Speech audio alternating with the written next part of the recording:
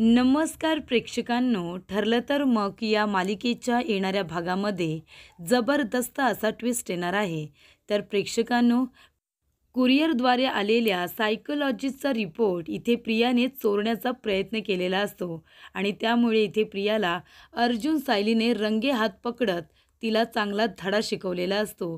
त्याचबरोबर प्रेक्षकांनो, आता रिपोर्ट चोरणाऱ्या प्रियाचं सायलीने थोबाड फोडून तिला रौद्ररूप दाखवल्यानंतर सायली 2.0 हे रौद्ररूप अर्जुन जेव्हा बघतो तेव्हा अर्जुनला खूपच जास्त आनंद होतो.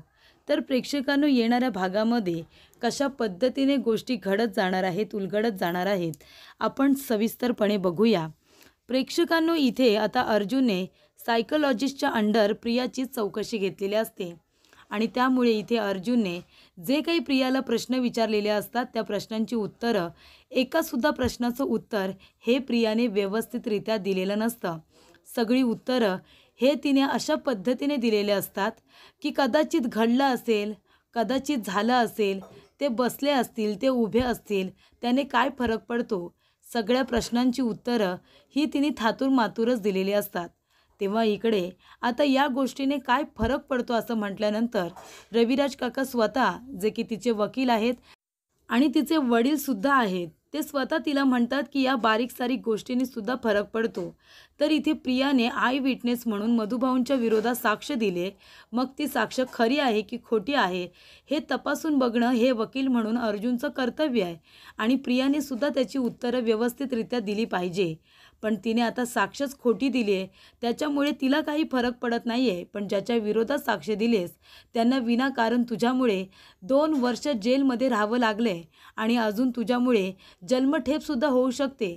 त्यामुळे इथे प्रियाला अर्जुन म्हणतो की तुला कोर्टाकडून नोटीस आले हे विसरू नकोस. तुला इथे प्रश्नांची उत्तरं देणं बंधनकारक आहे. तुला प्रश्नांची उत्तरं द्यावीच लागतील, कळलं का, असं आता ठणकावून अर्जुन तिला सांगतो.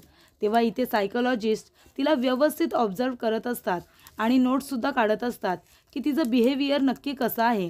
अर्जुनने विचारलेल्या प्रश्नांना उत्तरं देत असताना ती कशा पद्धतीने ॲग्रेसिव्ह होते, कशा पद्धतीने ती सगळी खोटी उत्तरं देते, हे सायकोलॉजिस्टच्या लक्षात आलेलं असतं. त्यामुळे अर्जुन म्हणतो की तुला मी विचारलेल्या प्रश्नांची उत्तरं व्यवस्थितरित्या द्यावीच लागतील.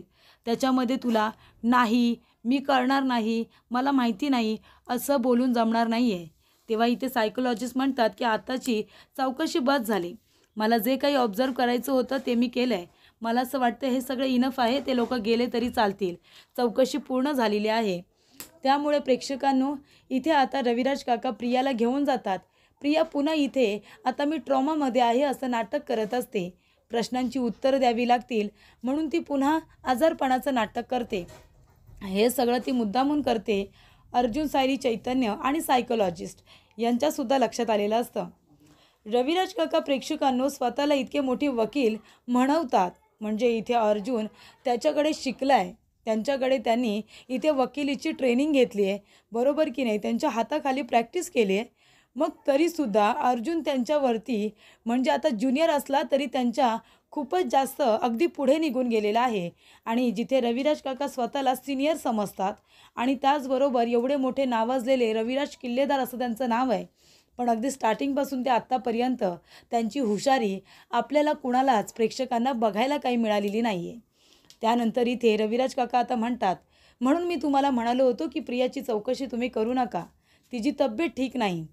त्याच्यामुळे इथे आता अर्जुन हा म्हणतो की चौकशी झाली, तुम्ही गेलात तरी चालेल. तेव्हा प्रेक्षकांनो, इथे रविराज काका प्रियाला घेऊन जातात.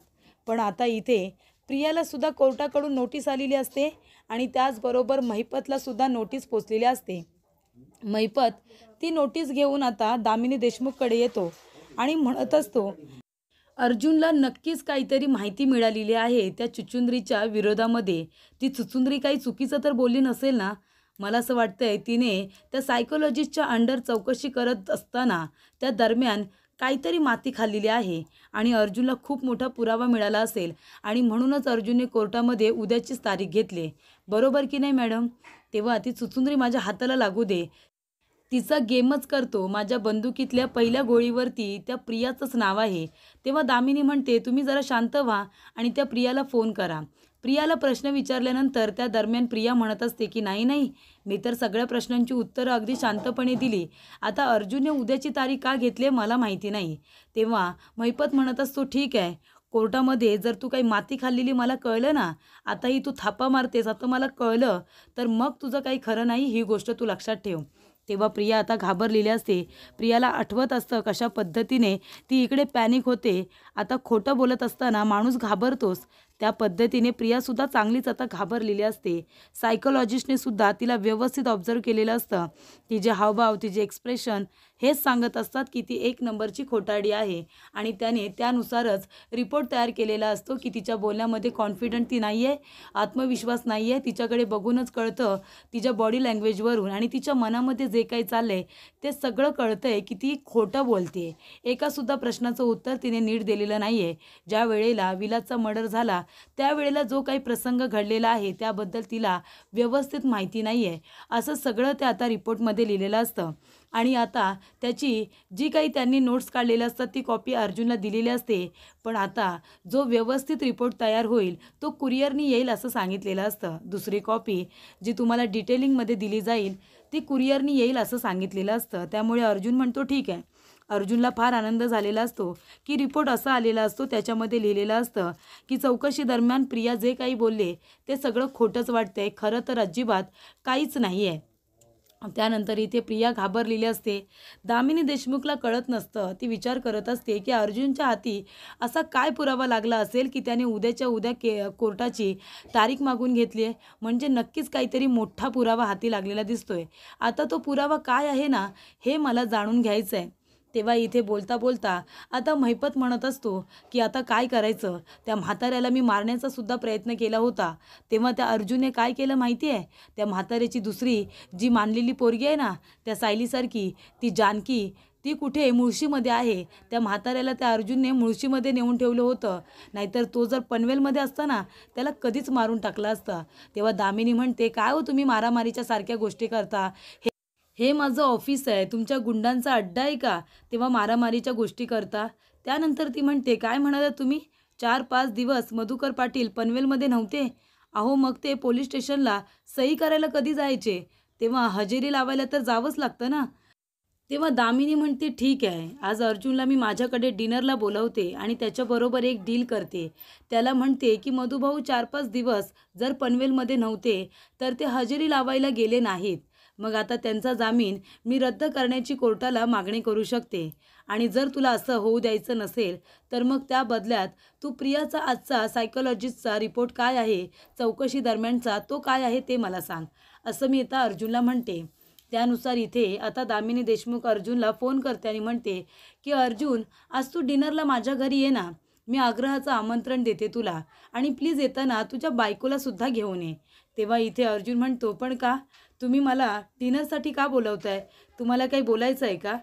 तेव्हा दामिनी म्हणते अरे मग काय झालं, आपण काय फक्त कोर्टामध्ये एकमेकांच्या विरोधामध्ये बोलायलाच भेटतो का, बरोबर की नाही, आपल्यामध्ये सुद्धा मैत्री होऊ शकते. मला तुझ्याशी काहीतरी महत्त्वाचं बोलायचं आहे, तेव्हा तू डिनरला ये, तेव्हाच आपण गप्पा करू. तेव्हा इथे अर्जुन म्हणतो की ठीक आहे येतो मी.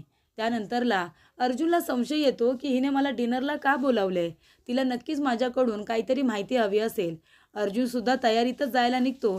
सायलीला म्हणतो की तुम्ही पण चला, बघूया तरी दामिनी देशमुख काय बोलते ते. आणि अर्जुनला सुद्धा प्रेक्षकांनो आता ही केस जिंकायची तर असते, पण दामिनी देशमुखला हरवायचं सुद्धा तेवढंच महत्त्वाचं असतं. तेव्हा इथे सायली म्हणते की तुम्ही सत्याच्या बाजूने लढताय ना, मग तुम्ही तर जिंकणारच, मग तुम्ही जर जिंकणार तर दामिनी देशमुख तर हारणारच ना, असं म्हणून ती त्याला धीर देण्याचं काम करत असते. त्याचबरोबर प्रेक्षकांनो इकडे आता दामिनीने बोलवल्याप्रमाणे अर्जुन आणि सायली दोघेजण तयार होऊन डिनरला जातात.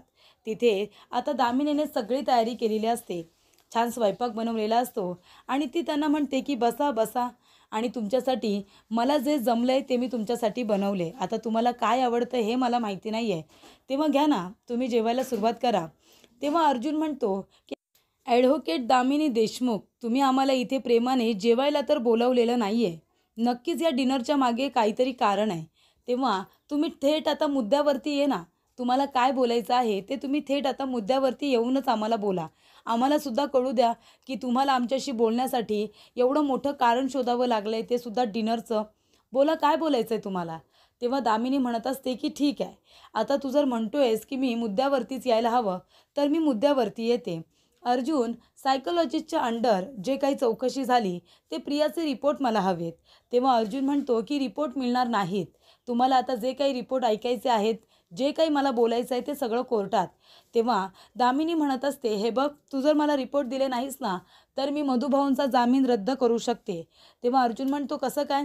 तेव्हा दामिनी म्हणत असते, कारण का 5-6 दिवसांसाठी मधुभाऊ इथे पनवेलमध्ये नव्हते. मग ते कशा पद्धतीने इथे आता हजेरी लावायला जात होते? मग जर त्यांना जामीन मिळाला आहे तर त्यांना रोज हजेरी लावायला जायला हवं ना. तेव्हा अर्जुन म्हणतो की याचं उत्तर द्यायला मी तुम्हाला बांधील नाही आहे. तुम्हाला जे काही इथे वार प्रतिवार करायचे आहेत ना, ते कोर्टात करा. तुमच्या या प्रश्नावरती सुद्धा मला काय उत्तर द्यायचं आहे ते मला माहिती आहे. तेव्हा आपण कोर्टामध्येच भेटू. तुम्ही ही डील करण्यासाठी मला इथे बोलावलं आहे का डिनरसाठी? तुम्ही फुकट तुमचा वेळ वाया घालवला. कशाला उगाच एवढा तुम्ही तामझाम करायचा? मी तसंही तुम्हाला नाहीच म्हणालो असतो. जरीसुद्धा माझ्याकडे काही पुरावा नसता ना इथे मधुभाऊंना निर्दोष सिद्ध करण्याचा, तरीसुद्धा मी इथे आलो नसतो. मधुभाऊ कुठे होते, त्यांना का नेलं होतं, हे सगळं तुम्हाला कळेल, पण कोर्टात. आता मी तुम्हाला काही सांगणार नाही आहे, कळलं का? तेव्हा इथे सायली म्हणत असते की तुम्हालासुद्धा माहिती आहे ना की प्रिया खोटं बोलते, म्हणूनच तुम्हाला रिपोर्ट ऐकायचे आहेत, बरोबर की नाही? पण तुम्हीसुद्धा आता हारायची तयारी ठेवा, कारण तुम्ही केस माझ्या नवऱ्याच्या विरोधात लढताय, कळलं ना? मग आता हारायची तयारी ठेवा बरं का. आणि जेवणासाठी बोलावलंत त्यासाठी थँक्यू, पण आता आम्हाला जेवायला अजिबात नको.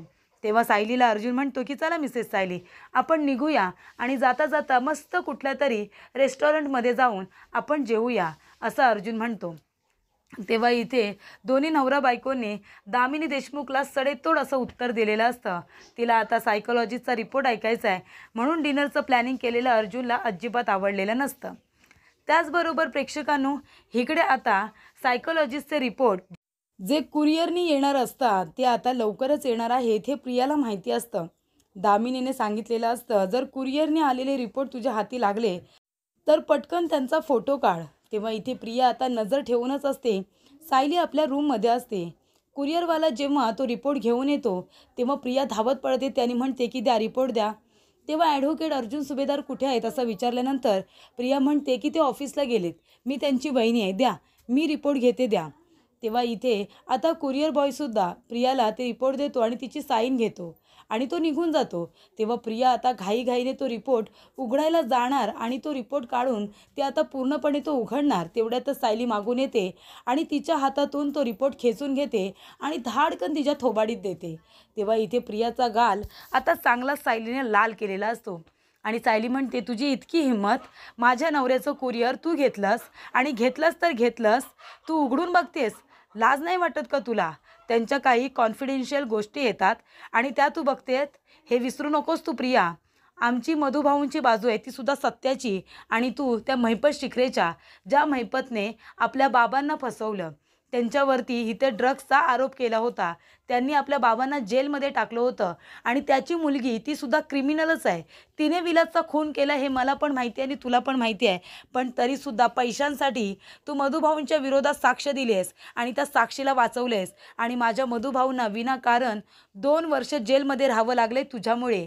तुला काय वाटतं गं? जोरजोरात बोलतेस, कांगावा करतेस, म्हणून काय खरं बोलतेस का तू? तुझी हिंमत कशी झाली हे लेटर घ्यायची आणि ते उघडून बघायची आणि काय करणार होतीस? मोबाईल घेऊन फोटो काढून त्या दामिनी देशमुखला पाठवणार होतीस. लाज नाही वाटत तुला हे सगळं करताना? तेव्हा इथे सायलीने प्रियाला सडेतोड उत्तर दिलेलं असतं. ती म्हणत असते की प्रिया, अगं ह्याच मधुभाऊनी तुलासुद्धा लहानाचं मोठं केलं आणि मलासुद्धा. माझा विश्वास आहे त्यांच्यावरती की त्यांनी काही केलेलं नाही आहे, कारण मधुभाऊंचे संस्कार आपल्या सगळ्यांवरती आहेत, पण ते तुझ्यावरती कधीच झाले नाही, कारण तू कधी त्यांना समजूनच घेतलं नाहीस. त्यामुळे आता यापुढे जर ह्यांच्या आलेल्या वस्तू तू जर घेतल्यास आणि त्या उघडून बघण्याचा प्रयत्न केलास आणि त्या दामिनी देशमुखला काहीही माहिती दिलीस, माझ्यापेक्षा वाईट कुणीच नसेल असं सायली आता प्रियाला ठणकावून सांगते. तेव्हा इथे सायलीने आता तिच्या 2 थोबाडीत दिलेले बघून अर्जुनच्या मनाला खूपच जास्त शांतता मिळालेली असते. सायलीचं हे रौद्र रूप बघितल्यानंतर, सायलीचं 2.0 हे रूप बघितल्यानंतर अर्जुनला नेहमीच आनंद होत असतो. त्या पद्धतीने आनंद झालेला असतो. सायली स्वतःसाठी, अर्जुनसाठी, आपल्या कुटुंबासाठी आणि खास करून मधुभाऊंसाठी जो काही स्टँड घेत असते, हा अर्जुनला आधीपासूनच खूप जास्त आवडत असतो.